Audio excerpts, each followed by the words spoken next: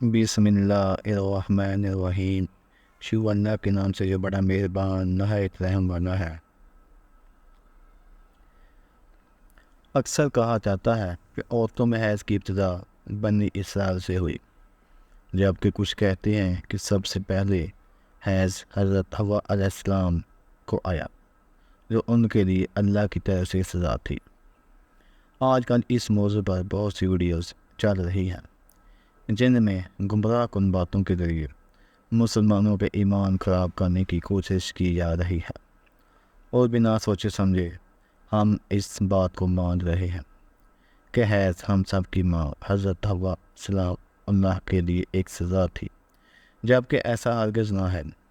آج کی ویڈیو انتہائی تحقیق کے بعد بنائی جا رہی ہے، جس میں ہم اپنے ناظرین کو قرآن و حدیث اور مسند روایات سے ان سب سوالات کے جواب دیں گے کہ حیض کی ابتدا کیسے ہوئی، کیا یہ لڑکیوں کے لیے سزا ہے، کیا یہ سچ ہے کہ حیض حوا سلام اللہ علیہ کو سب سے پہلے آیا جو اللہ کی طرف سے ان کے لیے سزا تھی، کیا حیض کی ابتدا بنی اسرائیل سے، کیا بنی اسرائیل سے پہلے عورتیں حیض سے پاک تھیں۔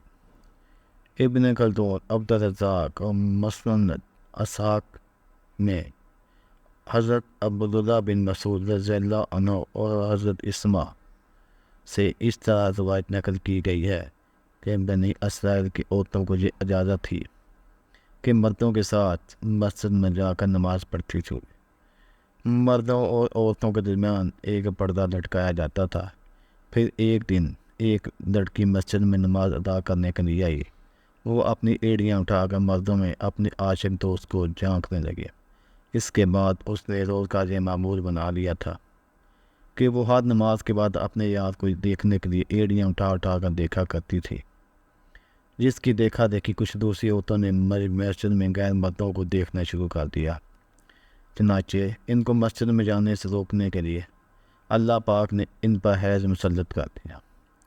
کچھ لوگوں کا کہنا یہ ہے کہ حیض کی ابتدا اسی دن سے بنی اسرائیل سے ہوئی تھی، جو کہ غلط ہے، کیونکہ مفسرین اس روایت کی تفسیر میں بیان کرتے ہیں کہ حیض کی بیماری معمولی نہ تھی، بلکہ بنی اسرائیل کی عورتوں کو مسجد میں گناہ کرنے کی خدا نے ایسی سزا دی کہ 4 مہینے تک مسلسل عورتوں کو حیض رہا، جس وجہ سے عورتوں نے مسجد میں جانا ہی بند کر دیا۔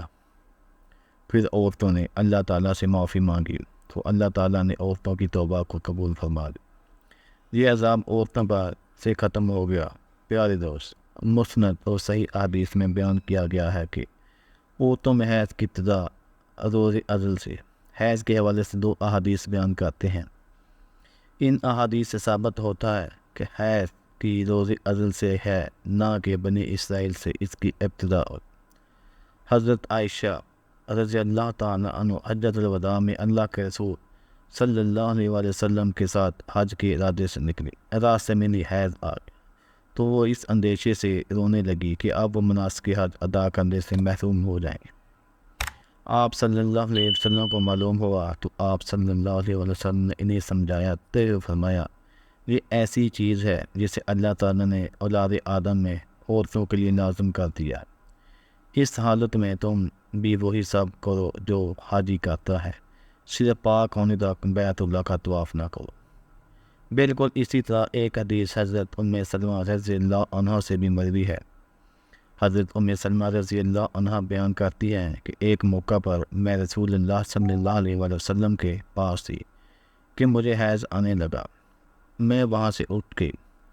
آپ صلی اللہ علیہ وآلہ وسلم نے دریافت کیا تو میں نے بتایا کہ مجھے حیض آنے لگا ہے۔ آپ صلی اللہ علیہ وآلہ وسلم نے فرمایا، یہ ایسی چیز ہے جسے اللہ تعالیٰ نے آدم کی بیٹیوں پر لازم کر دیا ہے۔ ابن خلدون، ابن کثیر اور امام بخاری نے حیض کے موضوع پر ایک باب قائم کیا ہے، جس کا نام تینوں نے حیض کا آغاز کیسے ہوا رکھا۔ اس میں تینوں نے ہی حضور اکرم تاجدار کائنات حضرت محمد مصطفیٰ صلی اللہ علیہ وآلہ وسلم کا فرمان نقل کیا ہے۔ حیض وہ ہے کہ جسے اللہ پاک نے آدم کی بیٹیوں پر لازم کیا ہے۔ اب ہمیں اس سوال کا جواب تو مل ہی چکا ہے کہ حیض کی ابتدا بنی اسرائیل سے نہیں ہوئی، بلکہ اس کی ابتدا حضرت آدم کے ہی زمانے سے ہو چکی تھی، کیوں حضور اکرم صلی اللہ علیہ وسلم نے فرما دیا کہ حیض کو اللہ نے آدم کی بیٹیوں پر لازم کیا ہے، چنانچہ آدم کی بیٹیاں بنی اسرائیل سے پہلے بھی زمرود تھیں۔ علامہ ابن حجر عسقلانی اور فتح الباری میں بھی یہی ثابت ہوا ہے کہ حیض ابتدائی تخلیق سے عورتوں کی مقدر میں لکھ دیا گیا تھا۔ آپ ان روایات میں روشنی ڈالتے ہیں جن میں یہ لکھا گیا ہے کہ حیض کی ابتدا حضرت حوا سے ہوئی، اور ایسا بطور سزا امام طبرا رحمۃ اللہ علیہ سورۃ البقرہ کی آیت نمبر 25 کی تفسیر میں حضرت عبد الرحمن بن زید کی یہ روایت نقل کرتے ہیں کہ حیض حوا کو پہلے حیض نہیں آیا تھا، ان کی تخلیق پاکیزہ ہوئی، یہاں تک کہ انہوں نے اللہ تعالیٰ کی نافرمانی کی اور ممنوع پن کھایا، جیسے ان کو جنت سے نکالا گیا اور پھر ان کو حیض اور حمل کی سزا دی گئی۔ اور لکھتے ہیں کہ اللہ پاک نے تب فرمایا، میں نے تجھے پاکیزہ بنایا تھا لیکن تو نے میری نافرمانی کی، اس لیے اب میں تجھ سے خون جاری کر دوں گا۔ امام طبرہ کے علاوہ سب مفسرین نے اس روایت کو ناقابل قبول کہا ہے۔ حیض اصل